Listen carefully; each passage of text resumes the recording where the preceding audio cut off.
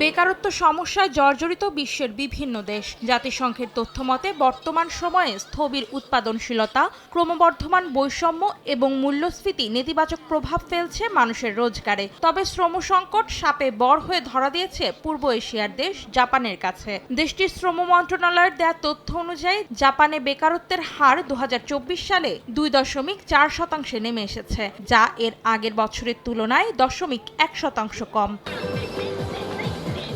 দেশটিতে শ্রম সংকটের ফলে কমেছে কর্মী বরখাস্তের হার। শ্রম মন্ত্রণালয়ের প্রতিবেদন অনুযায়ী গেল বছর ১০০ চাকরি প্রার্থীর বিপরীতে শূন্য পদ ছিল ১২৫টি। বেকার জনগোষ্ঠী ২০,০০০ কমে পৌঁছায় ১৭,৬০,০০০-এ। অন্যদিকে কর্মসংস্থান ৩,৪০,০০০ বেড়ে পৌঁছায় ৬,৭৮,১০,০০০-এ, যা এর আগের ৪ বছরের তুলনায় সর্বোচ্চ।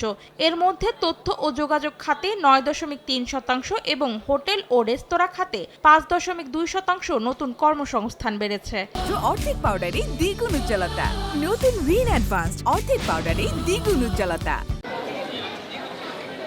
জাপানের অভ্যন্তরীণ বিষয়ক ও যোগাযোগ মন্ত্রণালয় জানায় ২০২৪ সালে বেকারত্বের হার ছিল ২০১৯ সালের পর সর্বনিম্ন। তবে করোনা মহামারীর পর অর্থনীতি পুনরুদ্ধারের কারণে শ্রম চাহিদা বাড়লেও বর্তমানে তা স্থিতিশীল রয়েছে বলে জানিয়েছে জাপান প্রশাসন। অন্তরা সেন, সময় সংবাদ।